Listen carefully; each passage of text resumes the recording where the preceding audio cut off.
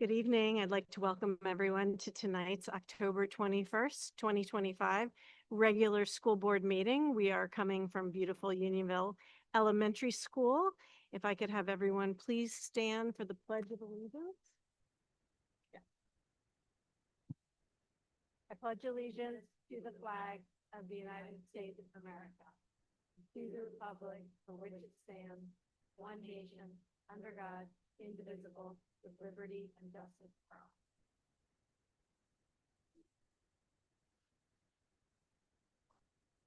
I would like to start us off tonight with our superintendent's report with Dr. Hoffman.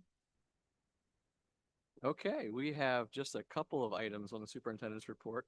First of all, we do have, it's been a long, unfortunate goodbye. I've been able to, we're trying to hold on to this someone for as long as we possibly could. But I do want to recognize tonight, Dr. Ryder. I'm gonna do this to you one more time, and this time at the public board meeting. But just want to thank Dr. Ryder for all that she's done for our district, for our students and the Pupil Services Department. One of the things that speaks to her character is that I actually gave her permission to move on to her next role, which is assistant superintendent, by the way. Congratulations. At the Coatesville Area School District. And she was concerned and wanted to make sure that we had a full transition plan. Everything was ready to go. So she actually stayed longer than she needed to, just for us. So we do appreciate that, Dr. Ryder. Thanks for helping with the transitions. And you're leaving us in a good shape there. But one of the things that I think about is, more importantly, you left us in a better place than when you started. So I just want to thank you for everything that you have done. We are going to miss you. We're very proud of you for your new role. And we know you're going to do great things. Don't be a stranger. And congratulations again.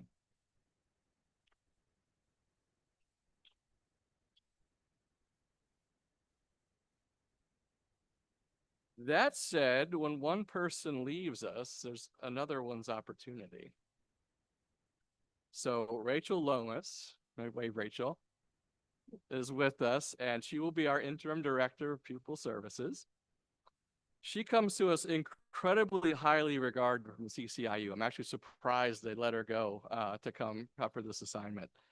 And she also spent a stint with us, if you don't know, when we had an administrator on leave, and she did a fantastic job. So we know she's great because we worked with her before. We get great references, and we can't wait. So Rachel, we're so excited to have you back, and we're so excited for this new opportunity for you with us. So thank you very much.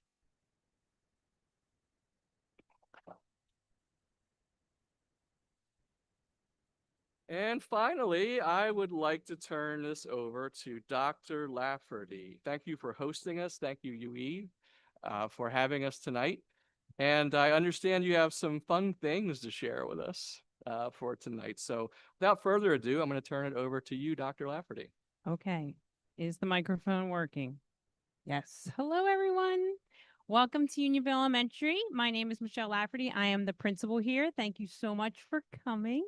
I know it's a little chilly, but it was a beautiful fall day. I do have some students. They are going to present at the end because that's just kind of what goes best with my presentation. But welcome. Thank you so much for coming. And as we go through, you will see that I have taken on Dr. Hoffman's values, and I thought we could start with that. So when Dr. Hoffman took over as superintendent, he talked about educational excellence, superior school experience, people-centered culture, and principled stewardship. So I kind of took those 4 values and weeded them into my presentation. So the first one, exceptional educational excellence, is full day kindergarten. Yay. It's going absolutely amazingly. And of course, literacy. Here is a picture from left to right of our kindergarten team. We have Mrs. Novotny, Miss Dahlroos, and Mrs. Klingensmith. There is so much to say about kindergarten that I had to make a word cloud because I just can't say it all. And if you look at that word cloud, you'll see things that really stand out, like joy, cheerful, singing, happy, learning. So obviously you can't see it all from your vantage point, but it's just amazing. Here is another picture of kindergarten in action. So again, left to right, we have Miss Dahlroos, we have Mrs. Klingensmith in the middle, and Mrs. Novotny on the right. I am going to show a video, and it was working perfectly fine all day. So we are praying that it continues to work perfectly fine, but there could be just a wee little pause here and there, but hopefully not.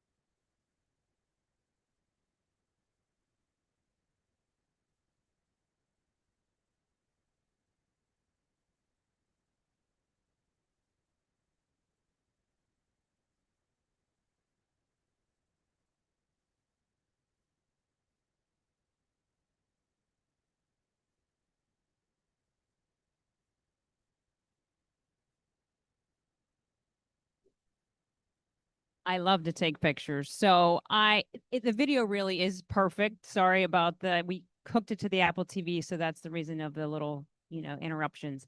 But I will send it to the school board members because it is super cute. And if you look behind the main picture that comes up, all of those pictures are kindergarten students in the black and white. So there are many, many, many pictures. All right, get me back to full screen.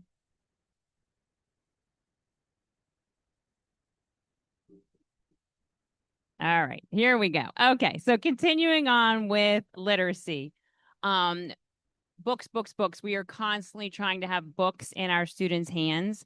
Over the summer, we had a summer reading challenge. If the kids read, then they got to come when they got back to school to have a big party in the gym. And we had raffles and we gave books away and book series away and posters. And it was an awesome time. We have buddy classes. And so sometimes our buddy classes get together to read. This picture is kindergarten and third grade. One of our kindergarten classes and a third grade class are buddies, so they were reading. This picture I picked because these two are brothers. One's in kindergarten and one's in third grade, and they were so excited to be together and reading, so it was awesome. This past Friday, we had a PTO fundraiser called the Fun Run, and we did a read aloud with it, which I will share with you in a little while. The other thing that we are working on this year is some of our staff doing read alouds on UETV for our kids. We are also doing favorite books. So our staff members are going to be putting their favorite book kind of up in front of their face so you can't tell who it is. And then on a bulletin board, the kids will get to guess like whose favorite book that is and who's standing behind the book. And we'll cycle that throughout the year. We're also working on some meet the author assemblies, and it's not up there, but we're working with the Ronald McDonald House in the winter to do some reading as well. Our next value is superior school experience, following the UE Way and integrating challenge. Those of you that have been on the board for a long time, you've heard me talk about the UE Way. I just wanted to show you that we do follow the UE Way everywhere. So we have expectations for the hallway, the cafeteria, recess, the bathroom, the bus, and then each classroom with the help of the teachers and the students come up with their own expectations.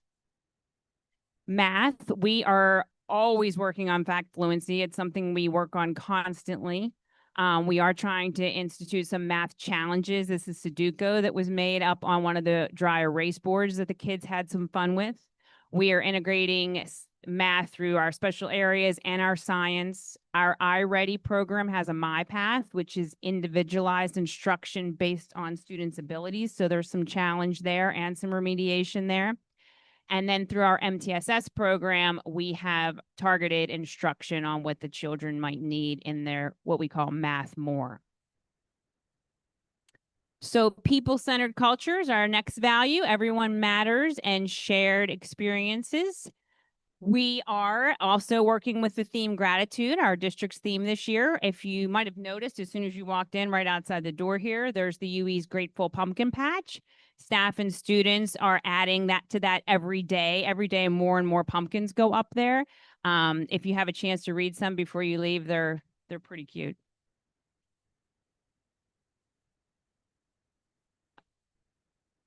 Sorry, I'm going back. I'm going the wrong way. All right. Also continue with gratefulness and gratitude. That top picture is a bulletin board up in fourth grade that the students made. On the bottom right, that is just in a team room. People saying be grateful, giving people some snacks if they need a snack, if they're having a rough day. And the bottom picture, that is us last Monday, the staff doing yoga. We had a little yoga session. And then during that yoga session, when we got back into our center group to center ourselves, we talked about what our goals were for the year and how we would establish that. And everyone had a really good time. Going back to our fun run on Friday, at the end of our fun run and or before, because everyone went at different times, the kids were supposed to do a read aloud called Dear Street.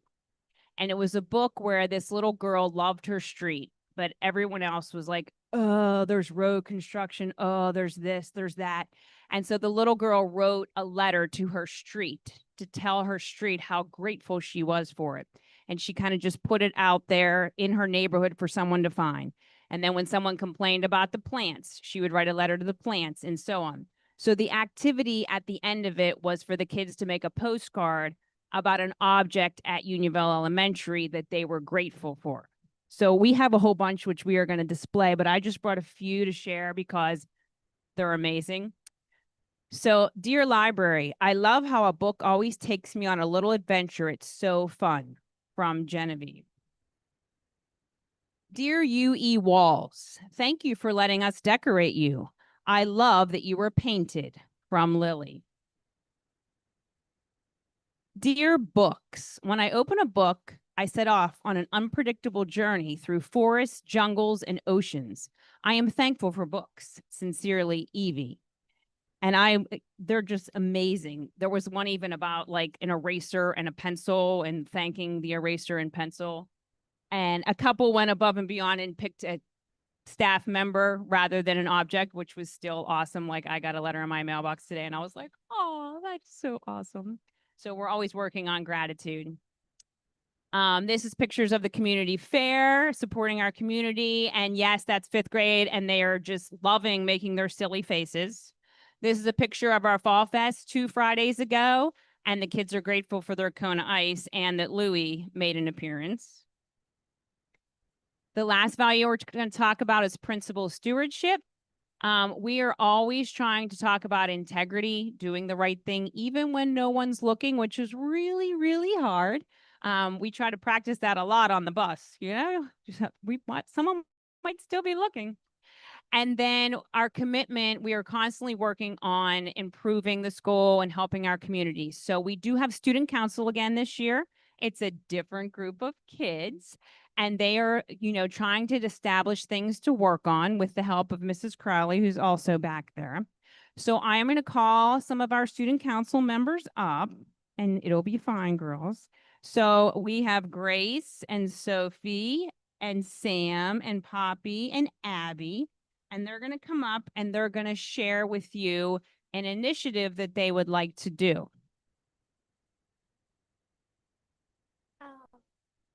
So what is the CRAN Initiative? The CRAN Initiative is a great way to reach out to kids in hospitals that have nothing to do. The UE students and teachers will donate their old crayons to the CRAN Initiative. We can do this by putting old used crayons into boxes. Then we will bring those crayons to Staples. There they will give those crayons to the CRAN Initiative. They will fix up the crayons and give them to kids in hospitals who may not have enough money to get crayons or have the time to get any.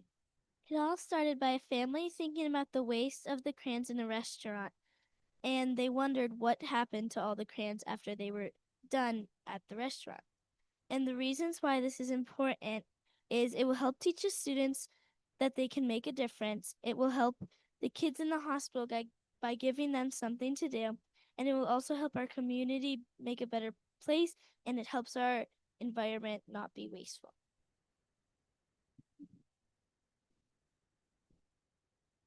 Why you should donate. It helps the kids in hospitals who are bored. It improves the community. It helps parents who can't buy the crayons for their children in the hospitals. It grows our community, our school, our hearts, and our lives. It also saves the crayons, obviously, the parents' money of the kids in the hospital and Earth. It also teaches kids that they can help the Earth, that they help with our community, and it teaches the kids in the hospital that we care. It also reuses the crayons. Thank you.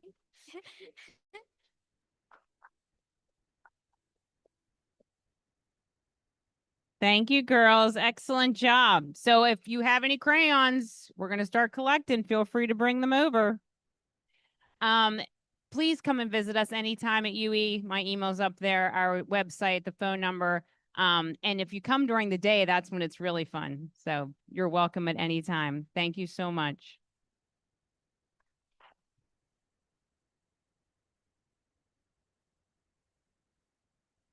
I love to hear about the giving back. That's wonderful, girls. Thank you. And with that, Dr. Brana, that concludes the superintendent's report this evening. Thank you, Dr. Hoffman. Thank you, Dr. Lafferty. That was great. Thank you, girls.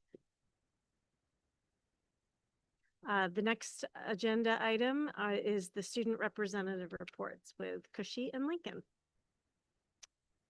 Good evening, everyone. I hope you all are well. Before we begin, we just want to take a minute to thank Dr. Lafferty and Unionville Elementary for hosting tonight's board meeting. It's always such a privilege for us to visit the schools in our district and, see firsthand how wonderful things are in every school. So thank you for welcoming us into your community and showing us all the incredible work that you've been doing. All right, so we would like to start off our report with Unionville High School. The administrative team has been making strong efforts to get into classrooms this fall with a continued focus on teaching and learning. And staff members are also hard at work preparing letters of recommendation for seniors as college application season continues. Shout out to my counselor. She is very busy. And as a token of appreciation, the administration and Sunshine Committee hosted a Treat Yourself Day last month. Mr. Crater was very, very,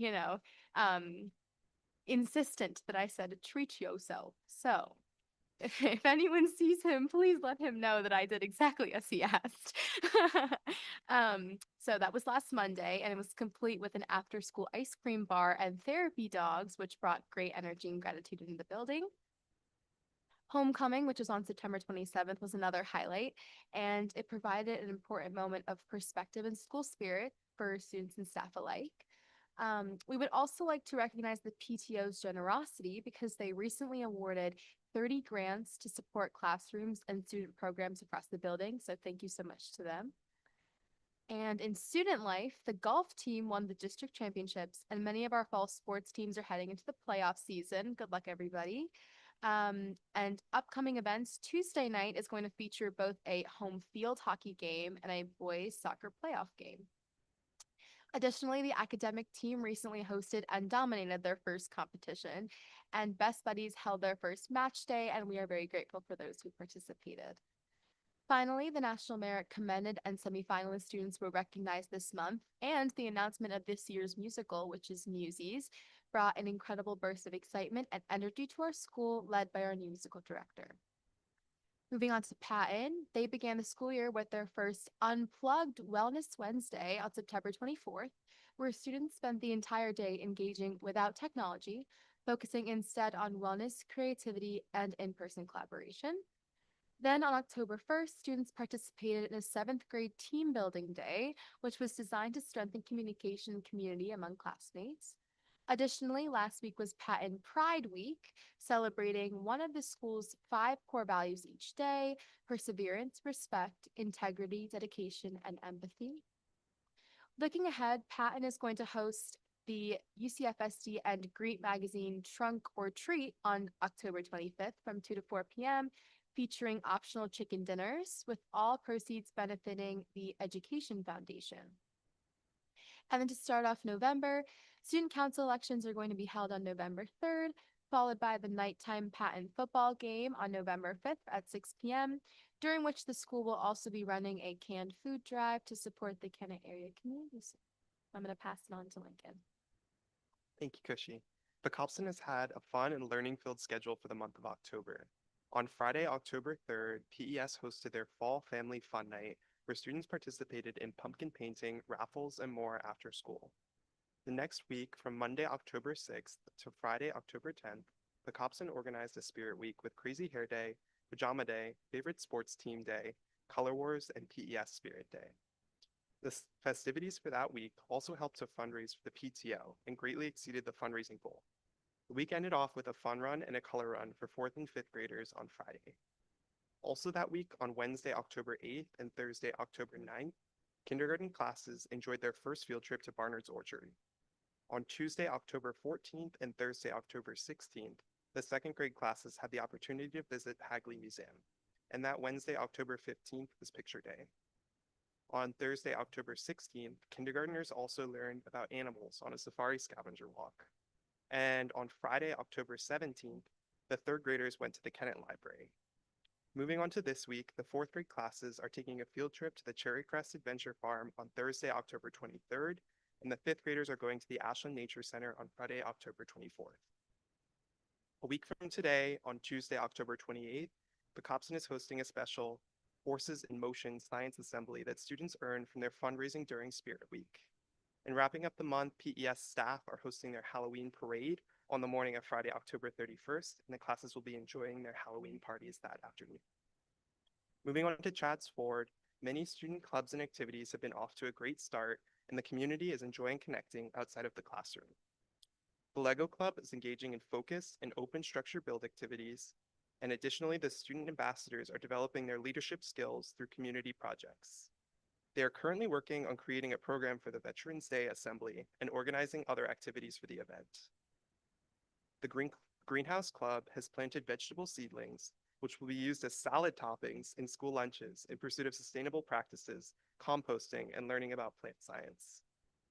By participating in various games before school, students in the Physical Activity Club are enjoying time in the gym and maximizing their education. And last but not least, Board Game Fun participants are developing skills in collaboration and critical thinking through classic games. Getting into the fall spirit, Hillendale hosted their Husky Hayride on Wednesday, October 1st. Next, the Hillendale 1st and 5th graders had the opportunity to visit the Unionville Community Fair on Friday, October 3rd. And congratulations to the Hillendale 5th graders who won a blue ribbon for their pumpkins and tangles. HES also organized the Scholastic Book Fair during the week of October 6th. On that Friday, October 10th, administration invited students and parents alike to the Donuts with Grown-Ups event, which provided an opportunity for families to shop the book fair together and connect with the community. Students had their pictures taken during Picture Day on Thursday, October 16th, and are looking forward to the Halloween parade during the afternoon of Friday, October 31st. That concludes the student representatives report. Dr. Brada, back to you. Thank you, Cushy and Lincoln, for sharing all that information. Obviously, the school year has gotten off to a good start. Busy and good start. I'd like to move on now to community comments. I'd like to invite any community members, students, or staff who'd like to make public comment. I just would like to remind you that please state your name, township of residence, and please try to keep your comments to 3 minutes.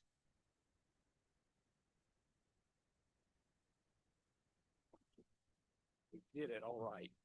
So I'm Mark Stuckey. I'm a resident of Chadds Ford Township. It's with disappointment and regret that tonight I report to you that the board and the administration are squandering their opportunity to change course and improve how the district operates, and hence how it is perceived by residents and taxpayers. On August 1st, Tim Hoffman became our superintendent. Many of us hoped that with a new superintendent, UCFSD would finally become fully open and transparent, stop stonewalling, correct false and misleading communications, and engage with the public in good faith. We saw some positive signs that this might occur. However, I must now report that nothing has changed. The district continues to stonewall on important issues and to disseminate false and misleading information. Our expectations of greater truth and transparency have been dashed. Let's start with the middle school project. The answers to, quote, frequently asked questions on the UCFSD website continue to be full of misinformation, despite members of the public pointing this out and the district agreeing that they would make corrections. For example, the website continues to advise that initial cost estimates are, quote, well within the Act 34 guidelines, unquote, which is not true and has never been true. In addition, the FAQs state that, quote, realistic estimates for financing put total costs as low as $190 million over a 35-year period, and go on to say that the, quote, worst case scenario yields a cost of $260 million. The reality is that the only case that the district has run is a $260 million case. The $190 million case is based on wishful thinking, not analysis. Moreover, interest rates have increased during the course of 2025, and even the $260 million case now looks low.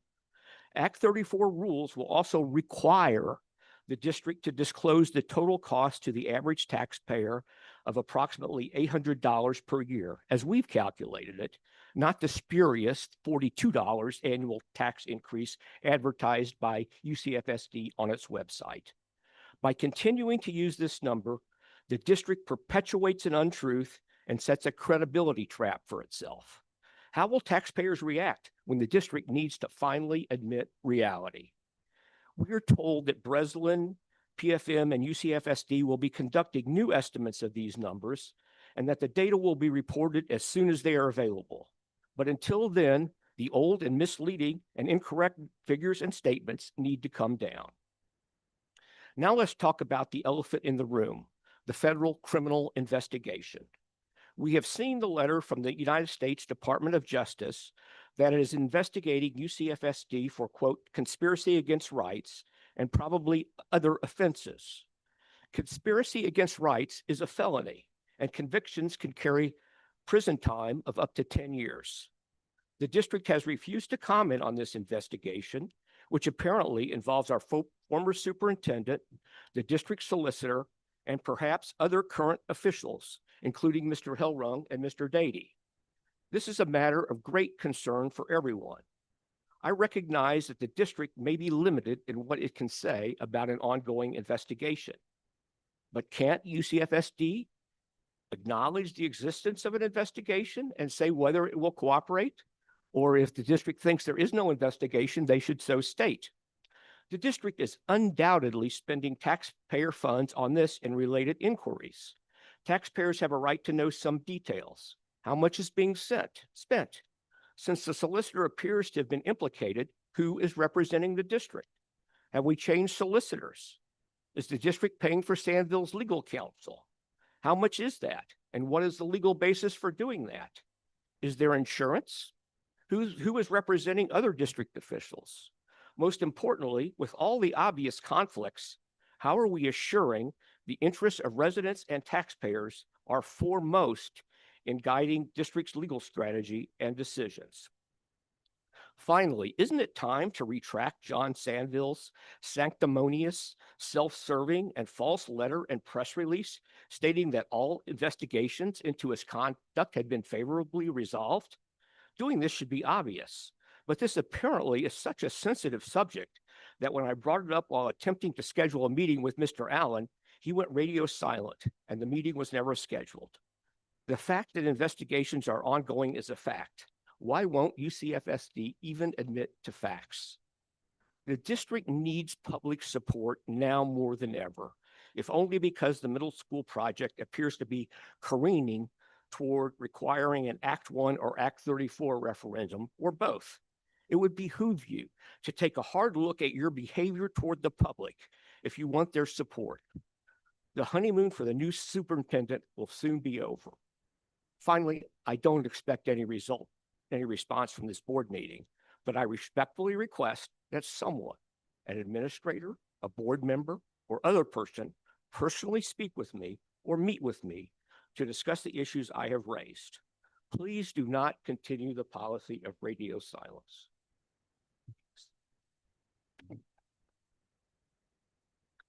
Mr. Stuckey, I can share because we've shared this with other community members who've asked. District has not been contacted by the federal government about any investigation, and we would fully comply if we were to be contacted by them.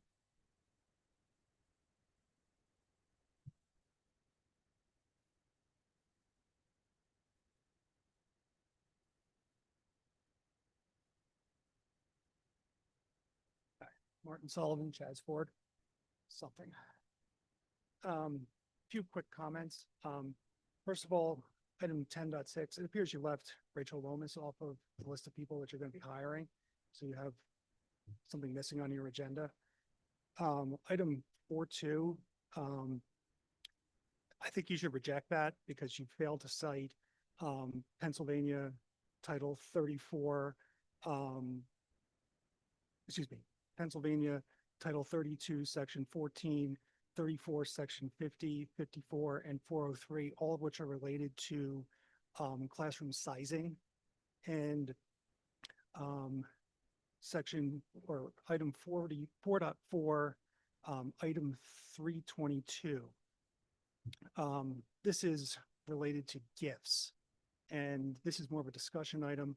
And just my opinion on this, I think this whole item needs to be redlined. And frankly, I'm going to use Mr. Allen as an example. It's generally ignored in the district the way it is. Just this last week, Mr. Allen sold me something that was something that a teacher asked to be given to him as a gift. So if a superintendent, or excuse me, a board member is volunteering in a school, selling items that teachers are asking for a gift, and the policy is outright denying that that should be occurring, I'm not saying that it should be wrong, but the whole policy needs to be reviewed. And at a minimum, it should at least cite Title 65, which does have some limited restrictions on gifts, doesn't completely preclude them, but there is a balancing act between minimal amounts of gifts that can be provided to district employees and the current policy that's written that says nothing at all. Thank you. Thank you.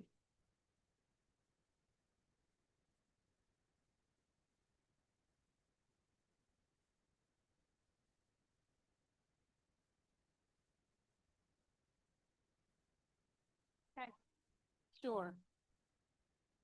Hi, okay, is that good? My name is Hannah Galantino Homer.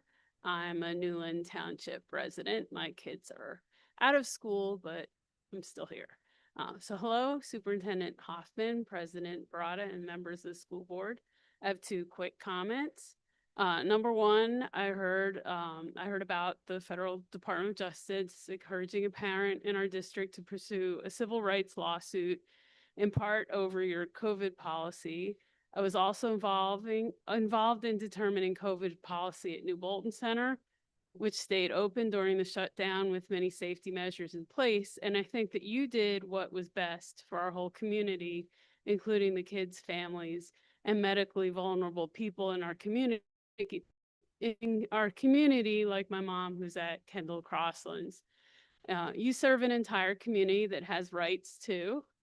Thank you for using the best information available to you to keep us all safe.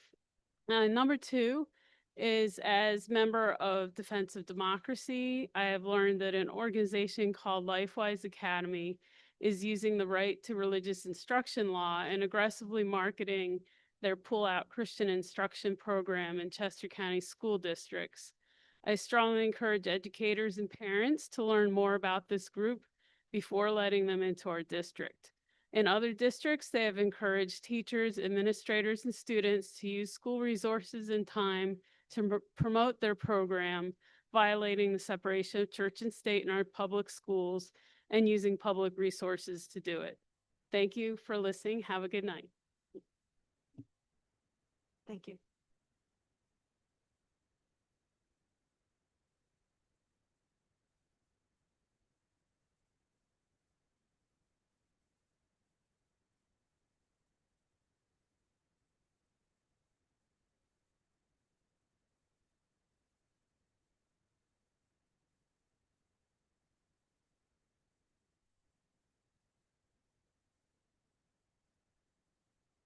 Here I am with my notes of my name and my township. So I'm Lisa Chismeyer and I live in Chadds Ford Township. Never clear whether you guys like someone's credentials or past credentials. I'm a retired lawyer. I worked for a major corporate entity. I handled litigation in addition to other issues.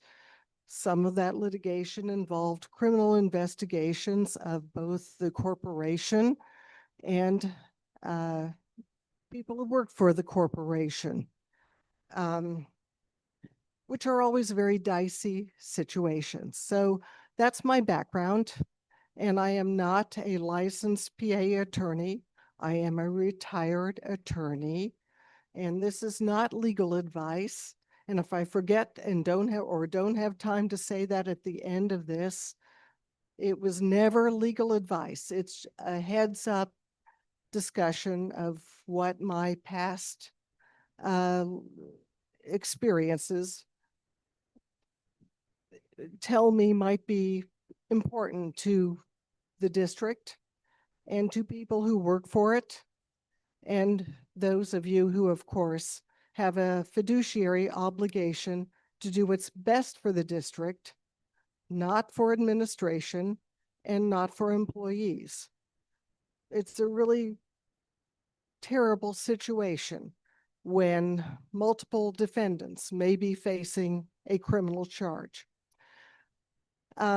So let me back up a little bit and talk a bit about what a lawyer is supposed to do.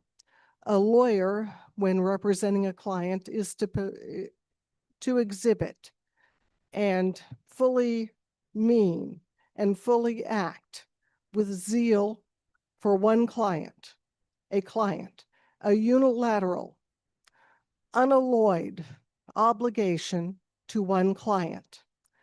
And that means that sometimes when there's multiple defendants who at least initially may appear to share a story, a common defense, that can be very enticing. That often falls apart, and people have given statements to a lawyer that they think represents a whole group that ultimately can't represent a whole group. Which means a lot of money gets wasted, a lot of discovery gets wasted, a lot of tears, and believe me, I have done litigation, a lot of heartache and more. I mean, I had a client who, after he was exonerated, committed suicide. So I'm telling you, this is not trivial stuff in my book. So the clear lines of who owes obligations to whom and who talks to whom, that is indeed very, very important. And in litigation, which I think, although I hear you have not yet been served with something, it sounds like it could be imminent, or at least an investigation. I mean, even the case, I'm doing a sidetrack here, even the case where the fellow committed suicide, that was a federal investigation of possible customs violations. And so the corporation and a couple individuals were targets, potential targets, who went before the grand jury. After the grand jury and the corporation and the individuals were exonerated, one of those people committed suicide. So anyhow, just saying, there's probing, and it doesn't even have to be full litigation. Probing is the beginning of litigation in my book, from my experience. So, anyhow, a lawyer should have total zeal for who that lawyer represents. And so I look at, if something were to come down the pike and say that the district and its superintendent and some board members and some administrators or staff are potential targets, that is a really risky situation. And you could go down that path, and people could be open with that lawyer representing the whole damn group. And at the end of the day, maybe that lawyer can't represent the whole damn group. A good lawyer would say, I won't do that from the get-go. Maybe I'm too strong, but I would urge you to look at the ethics of this. Lawyers should not put themselves in a position where they may be conflicted on who they represent. In this instance, where I understand that the lawyer himself may be a potential co-conspirator, I can't even imagine this. I've never dealt with that, where you've got a double conflict of who one represents and what about my representing myself or my firm? And I think these are very serious considerations. And I can send you articles, and I am, not advising you. I'm just telling you this is serious stuff. And it's serious for each individual who could be a target of an investigation. And certainly the district should not waste its money and time if it could be conflicted, if its lawyer who might have a conflict itself with the district. Can you try to wrap up? You're at 6 minutes. Okay, I'm sorry. The lawyer himself may have a conflict. And you could go down that path, and you may not have adequate representation for yourself and the district and the constituents you represent. Thank you. And again, I am not a PA lawyer. This is not legal advice. It's a heads up to look further.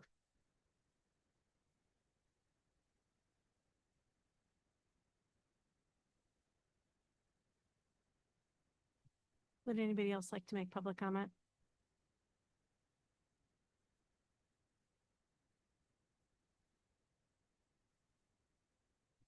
Okay, we'll move on to school board comments, starting with Mr. Schartz. Thank you. And my only comment tonight is to thank Dr. Lafferty for hosting the first on the roadshow tour for this school year. Always a pleasure to get out to the schools, and the presentation today was excellent. With special thanks to your student council for a very well thought out and impactful project that they're working on. I was very heartwarmed to hear all of the things that they're working on this year. So thank you very much.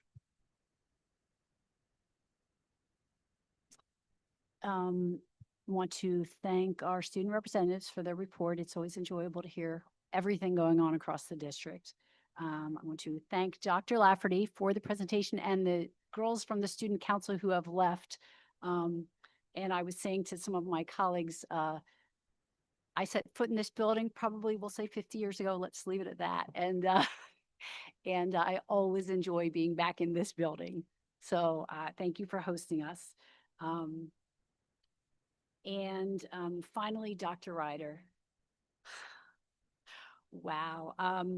Dr. Ryder has served, I've been on this board for 10 years, Mr. Helrung and Dr. Simonson, who's not here longer. And Dr. Ryder has been providing this board with her wisdom and guidance, which is broad and deep for all those years. And I think we are all grateful for it. I speak for myself. And personally, I got to work with Dr. Ryder directly when we had established the Wellness Council early on. And Dr. Ryder is just one of the most intelligent, clear thinking, efficient people I've ever worked with, and comes from a place of deep caring about the students of this district. So I wish you the best. And I know they will be lucky to have you. I'm grateful that we've had you for as long as we had. So good luck. That's it. I'd also like to thank Dr. Lafferty for having us here at UE as well, and congratulate the Student Council on a great presentation, and I think on a very worthy program for the crayons. I'd also like, again, to thank Dr. Ryder for her service, particularly with being the administrative chair of the policy committee for the past few years. I found her to be an excellent resource, and I really appreciate that. We will miss you in the district. We wish you, I will not speak for the others. I wish you the best at Coatesville. And I'd also like to welcome Mrs. Lomas in as our new interim director of pupil services. I'd also like to thank all of our members of the public who has spoken, made the comments tonight. Mr. Stuckey, Mr. Sullivan, Ms. Galantino Homer, and Ms. Chesmeyer. In terms to answer a few questions, Mr. Sullivan, the policy 322, the gift policy, at last week's work session, we actually had a discussion about this, and we've actually moved it back to first reading. Actually, we've considered it at first reading this month, so it'll be at second reading next month, so that we can further discuss some of the issues that you brought up. Thank you for that. In regards to policy 126 or class size, this policy has remained relatively unchanged since 2017. I'd like to talk with you afterwards to get a little more information from your perspective on it. Mr. Stuckey, I appreciate your comments. In order to set the record clear, and we can speak offline afterwards. In January, when you and I first started to correspond about your concerns with the middle school project, I offered to meet, and then we went back and forth, and then I didn't hear from you for about 5 months. And then more recently, when you reached out and we had an email exchange in order to clarify our baseline understanding of the facts to make sure we were working off of a common understanding. And after that, based on some comments, I decided not to respond, but I'll be happy to have a conversation with you offline if you'd like. Good evening, everyone. Welcome. Hello to everyone watching at home as well. I know we have people on Zoom often. It's nice to have people in the room to talk to. Dr. Lafferty, thank you for your presentation. I particularly want to call out the kindergarten pictures. As a district, as a board, it was a long time coming to move from half day to full day kindergarten, and taking the time to talk about how it's going, see the pictures of our students and hear about their successes. It's just nice to revisit. Sometimes we work so hard on things. So thank you for bringing that specifically. I think my colleagues have done a nice job thanking everybody, but again, Dr. Ryder, best of luck to you and for all that you've done to serve this district. And Ms. Lomas, I'm looking forward to working with you. Welcome to Unionville. And Jody already talked about the policy thing specifically. So that ends my comments. Thank you.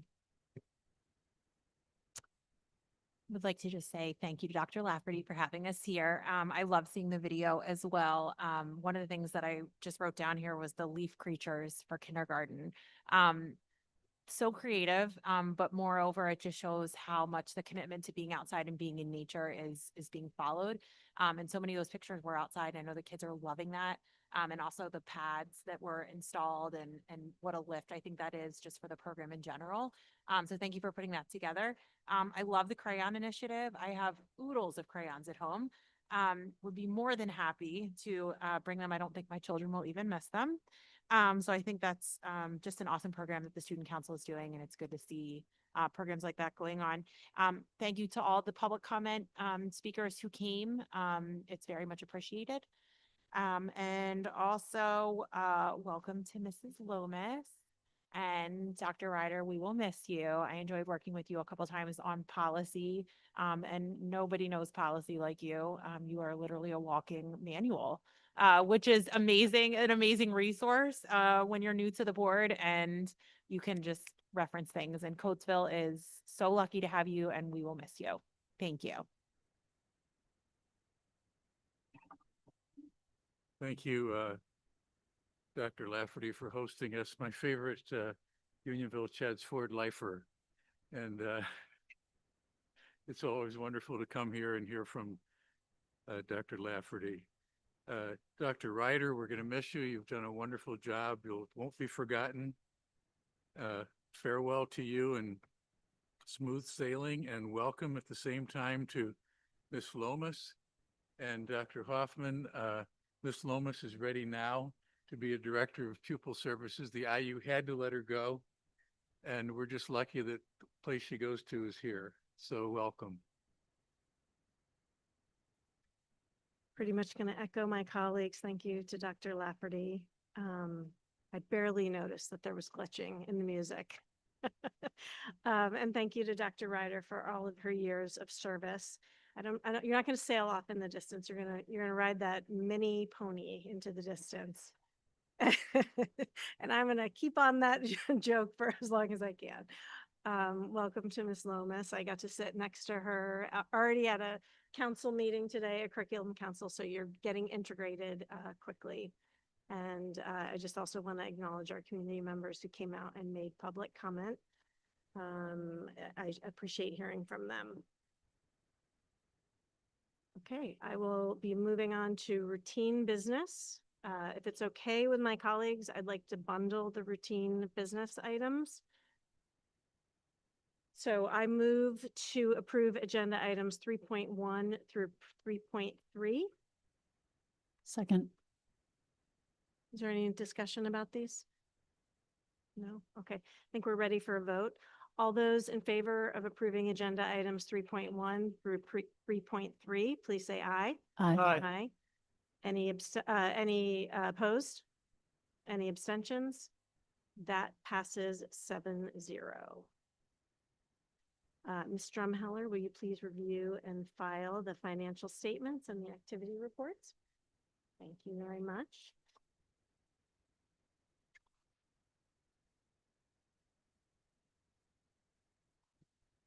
Oh, I'm sorry. I move that we approve agenda item 3.4. Second. All those in favor, please say aye. Aye. Any opposed? Any abstentions? That passes 7-0. Thank you, Mr. Schartz. I did not have that highlighted. Next up is policy with Mr. Allen.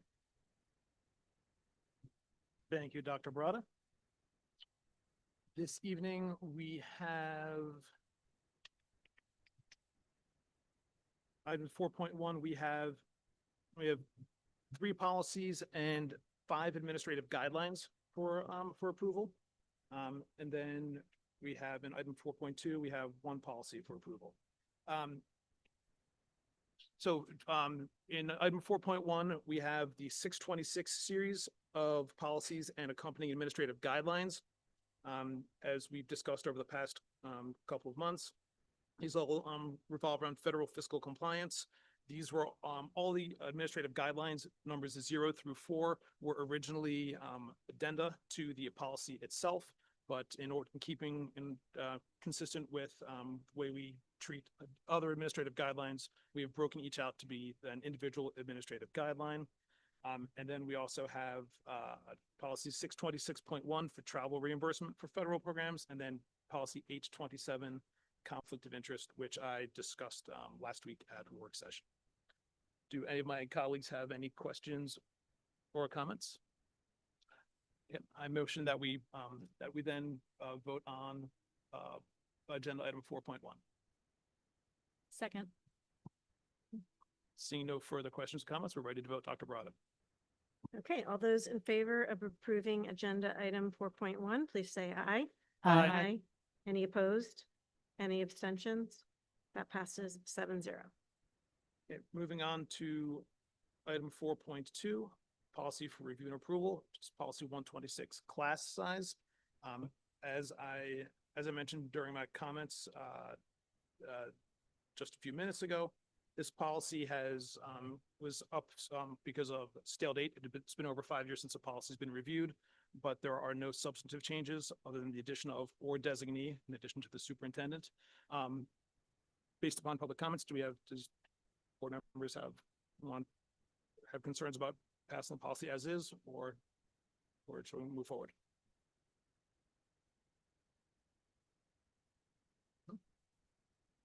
I think you can move forward with it. I move that we vote on agenda item 4.2. Second. Thank you, Dr. Brada. Seeing no other questions or comments, I think we're ready to vote. Okay, all those in favor of approving agenda item 4.2, please say aye. Aye. Any opposed? Any abstentions?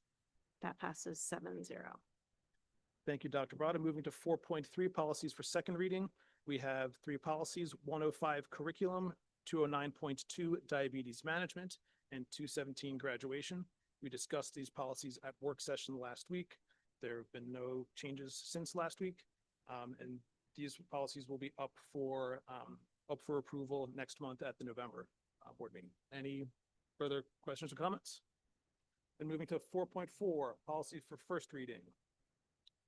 We have a suite of policies and administrative guidelines, all revolving around harassment. And then we also have policy 322 gifts.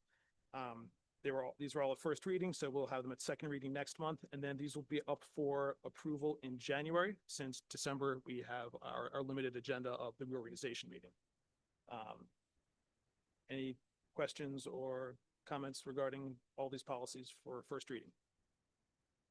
Seeing none, that concludes policy, Dr. Barada. Thank you, Mr. Allen. Moving on to student activities with Ms. Talbert.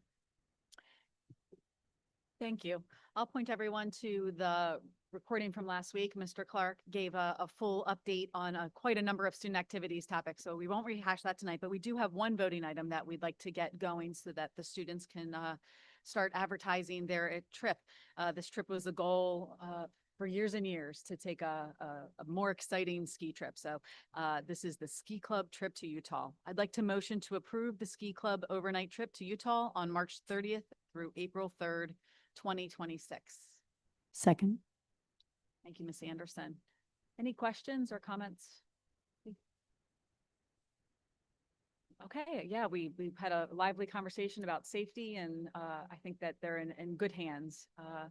So Dr. Barada, can we call the vote for that?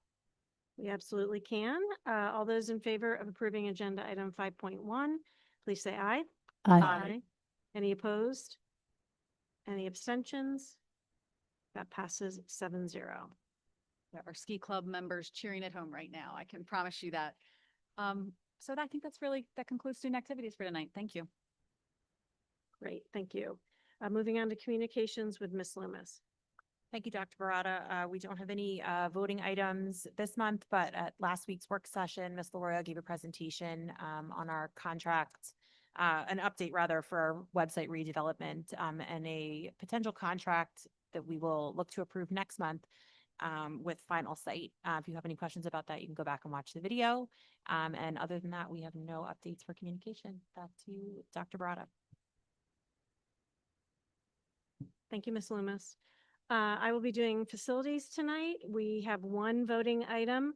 This is an engineering design proposal for HVAC renovations. So I move to approve the engineering design proposal in the amount of $148,500 for HVAC renovations at Unionville Elementary School. Second. This was covered by Mr. Weitzel at the work session. Are there any questions? Okay, I think we're ready for a vote. All those in favor of approving agenda item 7.1, please say aye. Aye. Any opposed? Any abstentions? That passes 7-0. I just want to say the discussions items from last week, Mr. Weitzel gave the annual update on the long-range facilities plan and reviewed the 2026 planned expenditures. And I think we're ready to move to finance with Mr. Schartz. Thank you, Dr. Barada. We have two voting items in finance tonight. First, item 8.1 on the agenda. I move that the board approve UCF administration to include the proposed real estate property tax rebate program in the 2026-2027 real estate property tax resolutions that are to be approved at the June 2026 board meeting. Second.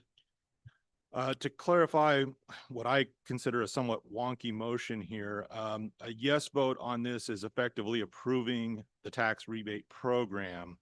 But because critical information will not be available until we get farther down the road in the budget process, today we are effectively just asking administration to put a placeholder in for final approval of this program when we get to the June timeframe. So that's the technical part of it. I just want to say, from my perspective, I think this is a great program, providing property tax relief to our community's most vulnerable and needy citizens. By piggybacking on the state approval process, implementation of this program should be very easy and straightforward, both for the district and our citizens. In the overall budget, this is a reasonably sized program, which will not unduly shift tax burdens onto those who remain paying full freight for their property tax program. I also want to point out this does not replace the SAGE program, which will also be available for some of our citizens who wish to effectively abate part of their property tax obligation. And finally, I just want to thank the board members for their outstanding leadership on this program, particularly Mr. Hellrung, who really championed this program through the years. It's a fantastic idea, and I'm really happy that we were able to bring it to the finish line. Are there any questions or comments from my colleagues? I just want to say that I concur with you, and I'm glad that you mentioned that the SAGE program isn't going away. It's sort of a tax rebate support for a different faction of our community. So I think they work well together. So yeah, thank you for mentioning that. I think we're ready for a vote. All those in favor of approving agenda item 8.1, please say aye. Aye. Any opposed? Any abstentions? That passes 7-0. Great. And now on to item 8.2. I move that the board approve lunch prices for the remainder of the 2025-26 school year, effective November 3rd as follows. Elementary schools at $3.35 and the middle school at $3.60. Second. Just a reminder, this is effectively a 25-cent increase in the price of meals at both levels of the school system. This is the use of proceeds here is to offset the increased costs that we're facing in order to attract the necessary human resources to provide our school lunch program. And even with the increase, we'll be very much in the middle of the range for area school districts. So we're not pricing ourselves out of the market for efficient provision of these lunch programs. Are there any other questions or comments?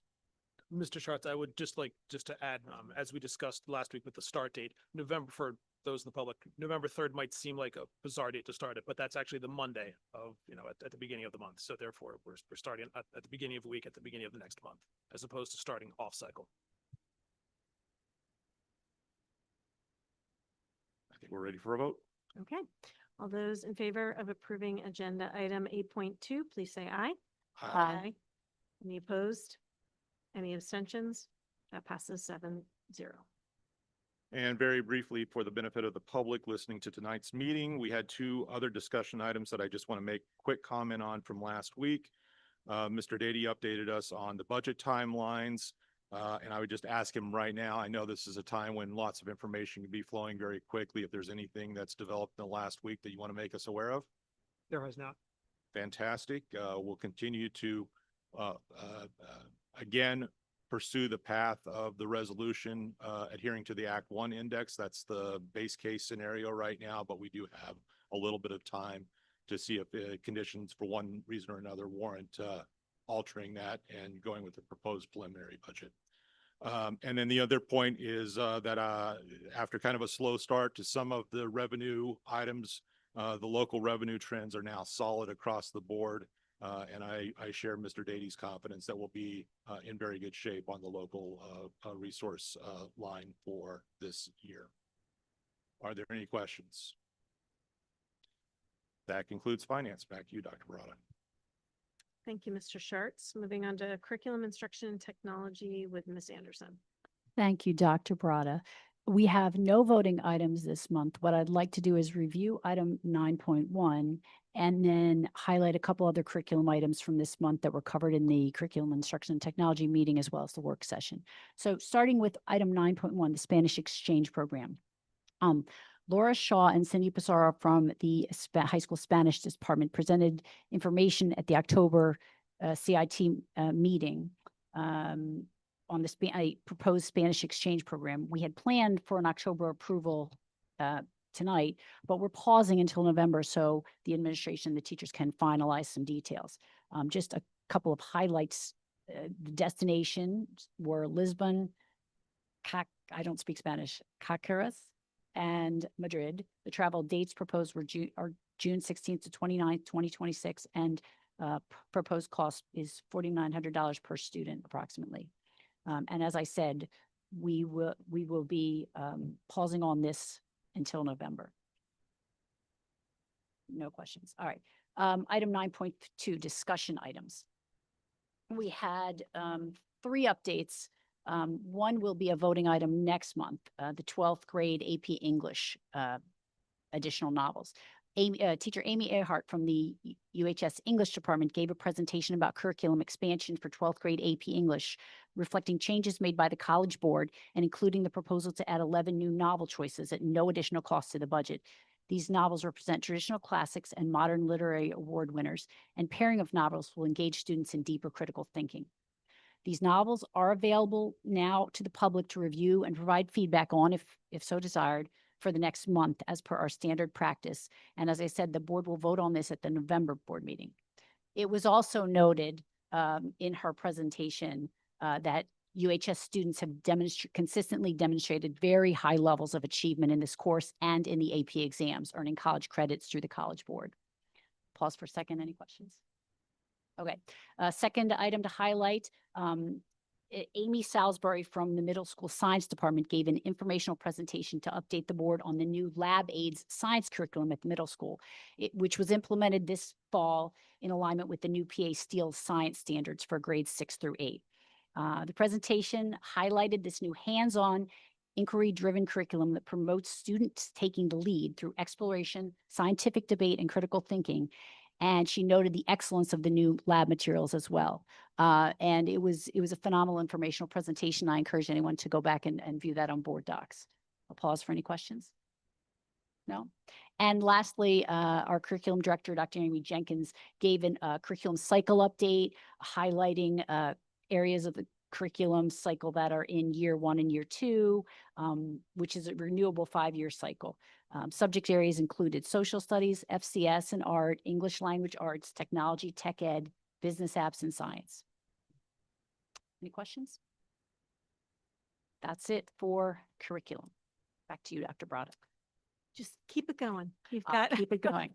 Okay. Those great and personnel. Our colleague, Dr. Simonson, had asked me in his absence to just cover, let's see, personnel for tonight. So we do have some voting items. I move to approve items, let's see, 10.1 through 10.8 as outlined in tonight's meeting. We're going to bundle this in 2 pieces. 10.1 through 10.8 is outlined in tonight's meeting agenda. Second. Okay. Some of the content of our personal agenda was discussed in executive session prior to our work session last week, as Dr. Brada detailed at the work session. Additionally, we reviewed the school that we're not talking about that one yet. Sorry. Okay. I'm going to pause for a second. Are there any new questions about any of these items? Nope. I think we're ready to vote on, again, 10.1 through 10.8 as outlined on the agenda. Okay, all those in favor of approving agenda items 10.1 through 10.8, please say aye. Aye. Any opposed? Any abstentions? Those pass 7-0. Okay, I am going to do this in 3 parts. I'm going now make a motion to approve item 10.9 as outlined in tonight's meeting agenda. Second. Do we have any questions on this item?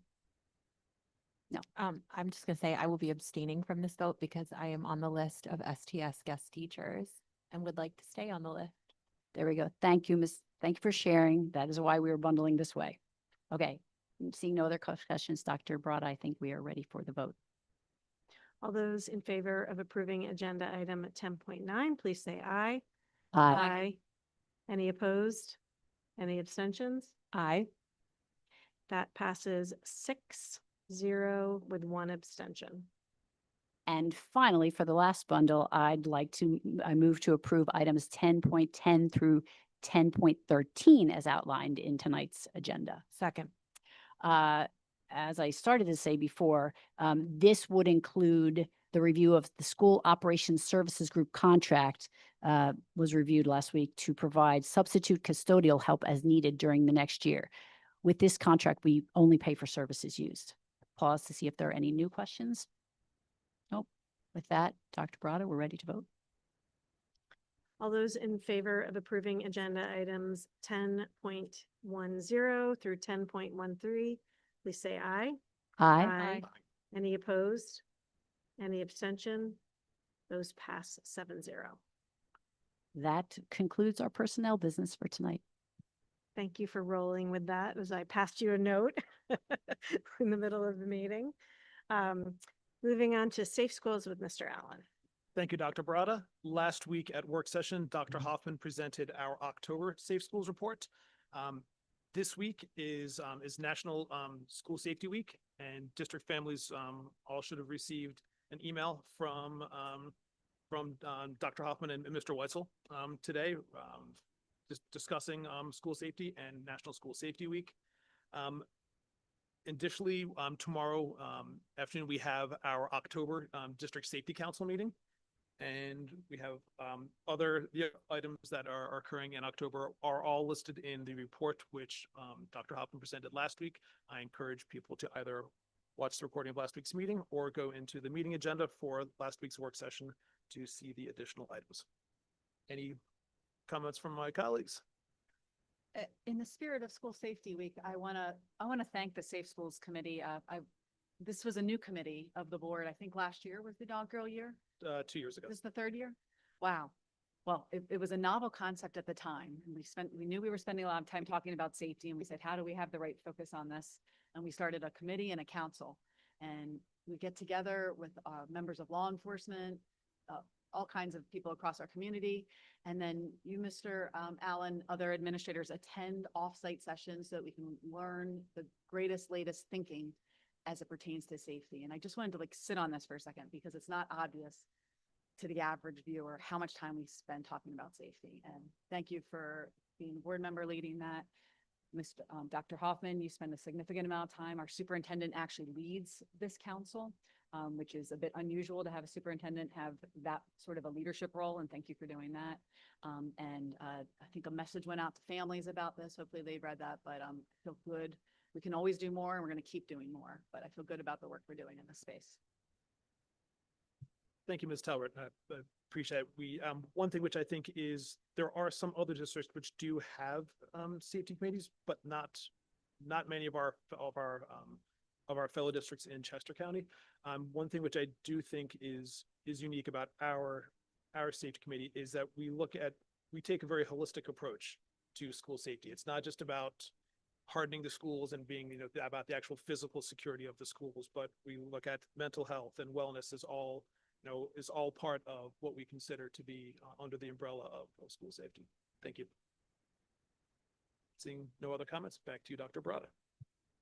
Thank you, Mr. Allen. Moving on to reports and comments. Mr. Hellrung, do you have a report from the Chester County Intermediate Unit? Yes, Dr. Brada, we met last week at the Coatesville campus at the Learning Center, and I've already passed on a summary of the board report to my colleagues, and if anyone in the public would like that, I'd be glad to share that as well. I'm just going to highlight one item, which is the state budget. Dr. Fiore's been following the state budget closely, along with some other individuals at the IU who stay in close touch with our legislators. It's a sad story and a very negative story. Unlike past years when we've had a budget stalemate, there are no signs of anything imminently breaking in a positive direction. There's no villain in this case. Democrats are fighting for programs they deem to be very important, and they've provided programs to pay for them.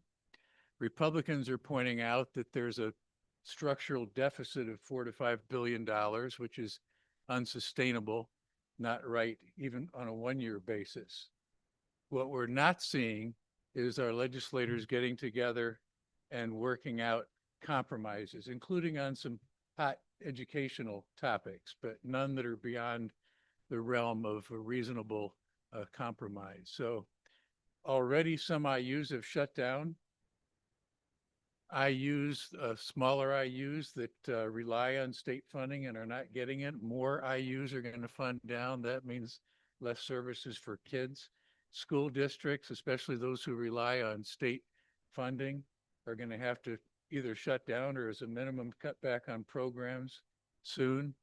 So we have a real crisis in our state government, and anything we can do to move our our representatives, our senators and our representatives would be worth doing, because it's not looking good.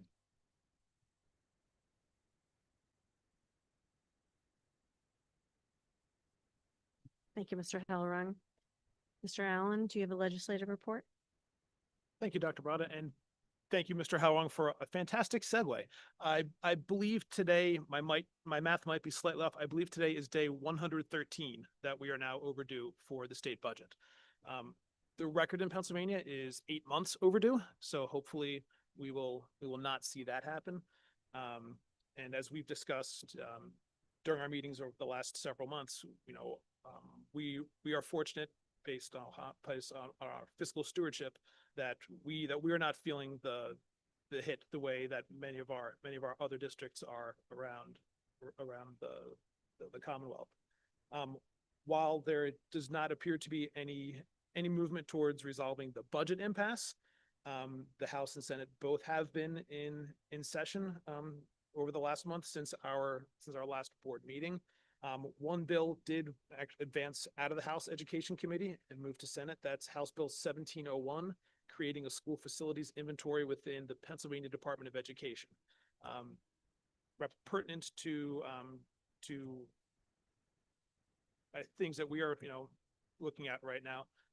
This bill would talks about creating an inventory of the state of the school facilities across the Commonwealth.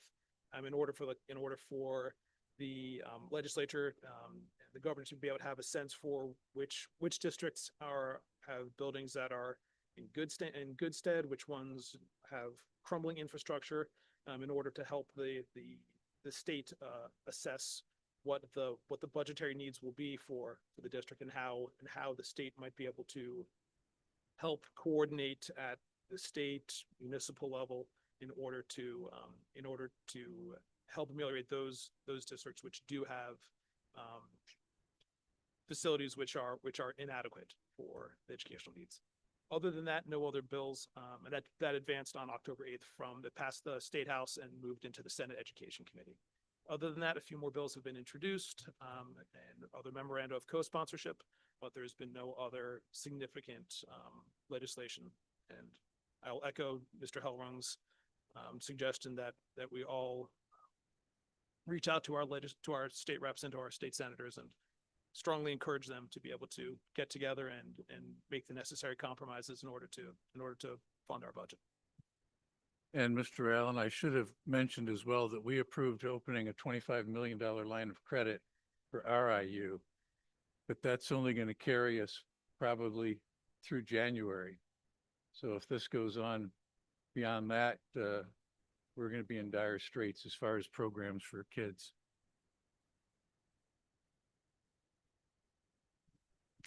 Okay, we're at our second opportunity for community comments. So I'd like to invite anybody in the community who would like to make public comment to come forward. Okay, seeing none, we'll move on to school director comments, beginning with Mr. Hellrung. No comments. No comments. No comments. No comment. No comments. No comments. Thanks again, Dr. Lafferty. And thank you to my colleagues for their time and attention. Tonight's meeting is adjourned.